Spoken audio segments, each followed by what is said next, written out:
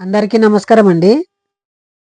So, దేవుడు అనేటోడు ఎలా ఉండాలంటే ఒక న్యాయంగా నడవాలి. సో, ఈ బైబిల్‌లో మాత్రం దేవుడు చాలా అన్యాయంగా ప్రవర్తిస్తున్నాడు. దాన్ని ఎవరు గూడా పట్టించుకోకొచ్చిండ్రు. దయచేసి క్రైస్తవులైన మీరు బైబిల్‌లో దేవుని యొక్క లక్షణాలు ఎలా ఉంటాయి? అన్యాయంగా ప్రవర్తించే వాడిని దేవుడు ఎలా అవుతాడు? ఆలోచించి పరిశీలించండి. సో, నేనేమంటున్నానంటే భర్తలని చంపే దేవుడు. చూడండి, ఒక కుటుంబం ఉంటది. ఆ కుటుంబము బతకడానికి వేరే ప్రాంతానికి ఎళ్తారు. వాళ్ళ ఊరిలో కరువొస్తే వేరే ఊరికి బ్రతకడానికి వెళతారు. అక్కడ గూడా వాళ్ళని చంపేస్తాడు. స్త్రీలను మాత్రమే ఉంచుతాడు. వాళ్ళ భర్తలు మాత్రం చనిపోతారు. సో, దయచేసి ఆలోచించండి. ఎనకటికి ఒక ఆయన ఉన్నాడంట. ఆయన ఏం చేస్తాడంటే ఏ పిట్టలు పట్టుకొని తన జీవనము గడుపుతున్నాడు. అడవికి వెళ్ళి షికారు చేసుకుంటూ వచ్చిన ఏటాడిన దాంతో తన జీవనము గడిపేటతనంట. ఆయన అట్లా వేటాడుతూ ఉండంగా ఒకరోజు ఆయనకు కొండసిల్మ దొరికిందంట. కొండసిల్మ అంటే పెద్ద పాము. అది చిన్నగున్నప్పుడు దొరికింది. దాన్ని భుజాల మీద యేసుకొని ఇంటికొచ్చి దాన్ని సాక్కుందామంట అని చెప్పిండంట. సో, ఊరంతా మంది ఏం చెప్పిండంట ఆయనకు, "వద్దురా, అది విషపూరితమైన కొండసిల్మ. అది మనుషుల్ని మింగేస్తదిరా. దాని జోలికి పోకు. దాన్ని అడవిలో ఇడిసిరా పోరా" అంటని చెప్పారంట. "లేలే, నేను ఇనను. దానికి ఆట నేర్పుతా. ఆట, పాట, ఇద్దే నేర్పి దాని ద్వారా నేను డబ్బులు సంపాదిస్తా" అంటని అనుకున్నాడంట. అప్పుడు దానికి పని చేసుకునేటతన్ని విడిచిపెట్టి దాన్ని నేర్పాడంట దానికి. స్కూల్ నేర్పినట్లు దానికి సీటీ కొడితే ఆయన చుట్టుగా రౌండ్‌గా అల్లుకునేదంట. మళ్ళా సీటీ కొడితే అది వదిలిపెట్టిపోయేదంట. సో, దాన్ని చూసి జనాలంతా అతనికి డబ్బులేసేవాళ్ళంట. నాటకం చూపిస్తుండంట ఊరికెళ్ళి. చూడండి, నేను కొండసిల్మకొక ఆహ్, సాలె నేర్పినా. నేను సీటీ కొడితే నన్ను చుట్టుకుంటది. మళ్ళీ నేను సీటేస్తే నన్ను వదిలిపెట్టిపోతదంటనని జనాలకు అనౌన్స్ చేసి, ఆ తర్వాత డబ్బులు సంపాదించుకొని తన జీవనం గడుపుతున్నాడంట. ఒకరోజు ఏం జరిగిందంటే, అది సీటీ కొట్టిన వెంటనే శరీరం అంతా బిగుసుకుపోయింది. బిగుసుకున్న తర్వాత అతనికి ఊపిరి ఆడడం లేదు. ఇక సీటీ అదేమనుకుంటదంటే, ఈ కాసేపయితే సీటీ కొడతాడేమో, నేను వదులుతా అంటనని అదనుకుంటున్నదంట.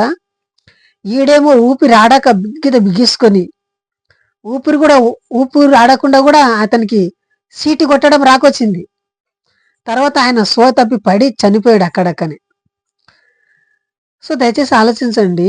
ఏదైనా మనం చేస్తున్నామంటే అది నలుగురికి ఉపయోగపడుతుందా అని ఆలోచించాలి. ఆలోచించకపోతే మనం ఎన్ని దినాలు ప్రేయర్ చేసుకుంటూ పోయినా గానన్య మన లోపట ఏ మార్పు రాదు. సత్యమేంటో, నిజమేంటో గుర్తించి దాని వైపు నడవలే. మూఢనమ్మకాన్ని అరికట్టలే, చూడలే. చూడండి, ఇక్కడ దేవుడు అనేటోడు, నేను చదివి వినిపిస్తా చూడండి అది వచనాలు.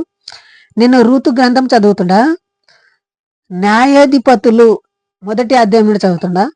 న్యాయాధిపతులు ఏలిన దినముందు దేశములో కరువు కలగగా యూద బెత్లెహేము నుండి ఒక మనుష్యుడు తన భార్యను తన 2 కుమారులను వెంట పెట్టుకొని మోహాబు దేశమునకు కాపురముండుటకు వెళ్ళెను. చూడండి, తనకొక భార్య, 2 కుమారులు, వాళ్ళని వెంట పెట్టుకొని మోహాబు దేశమునకు కాపురముండనికి వెళ్ళెను.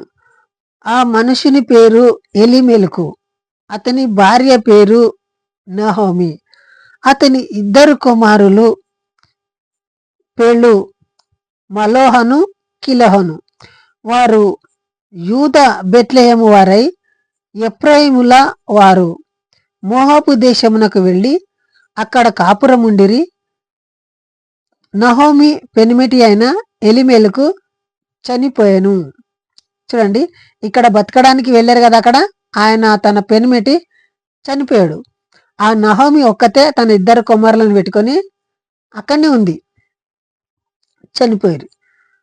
నహోమి పెనిమిటి అయిన ఎలిమేలకు చనిపోయిన తర్వాత ఆమెయు ఆమె ఇద్దరు కుమారులను నిలిచి ఉండిరి. ఇప్పుడు చూడండి, ఒక భర్త చనిపోయా, మళ్ళీ ఇద్దరు భర్తలు కూడా చనిపోతారు. ఇద్దరికి ఆమె కొడుకులకు పెళ్ళిళ్ళు చేస్తుంది, ఆ కొడుకులు కూడా చనిపోతారు. వారు మోయాబీ స్త్రీలను పెళ్లి చేసుకొనిరి. వారిలో ఒకదాని పేరు ఓర్ప, రెండవ దాని పేరు రూతు.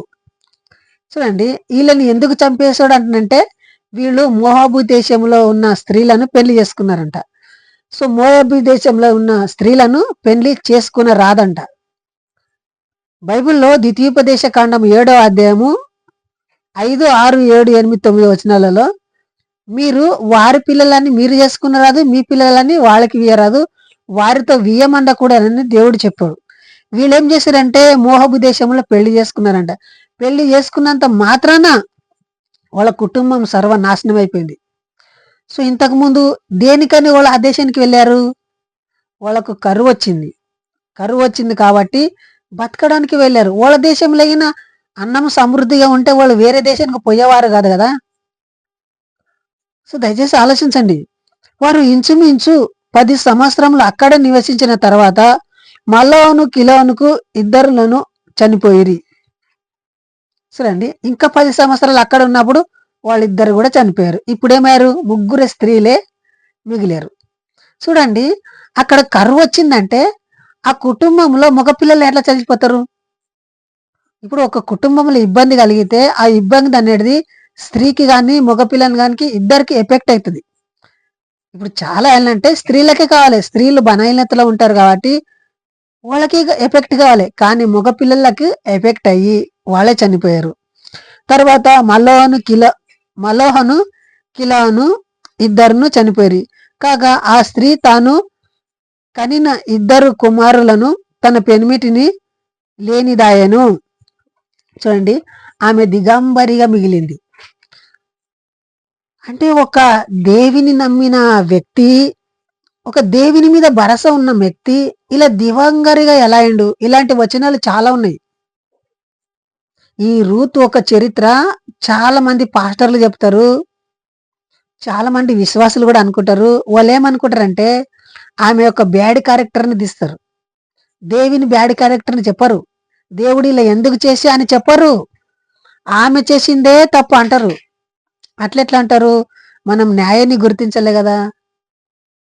ఇప్పుడు చనిపోయేది ఉంటే స్త్రీ కూడా చనిపోవచ్చు కదా, పురుషులు మాత్రమే చనిపోయారు. అలా చాలా సంగతులలో కూడా దేవుడు స్త్రీలను మిగిలించి పురుషులను చంపిపిస్తాడు. ఈ సమూయేలుకు కూడా ఏమంటాడంటే అక్కడున్న మగవారిని అందరూ చంపేసి స్త్రీలను మీకోసం ఉంచుకోరి అంటని చెప్తాడు. సో దయచేసి ఆలోచించండి, ఇలాంటి తత్వం అనేది బైబిల్లో ఉండదు. సో మన హిందూ సోదరుల దగ్గర వచ్చి వీళ్ళు సువార్త చెప్తున్నారు. ఏమి సువార్త? ఇలాంటి సువార్త చెప్పరు. యేసుక్రీస్తు నమ్ముకుంటే మీకు స్వర్గం దొరుకుతుంది, మీకు నరకం నుండి మీకు విముక్తి కలుగుతుంది అని చెప్తుంటారు. సో ఇలాంటి వచనాలు మాత్రము చెప్పరు.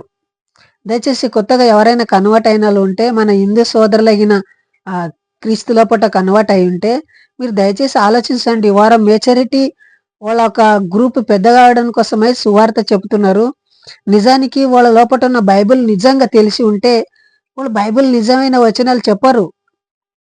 పాస్టర్లు చెప్పింది వాళ్ళు మైండ్లో పెట్టుకుంటారు, అదే వచనాన్ని జనాలకు చెప్తారు.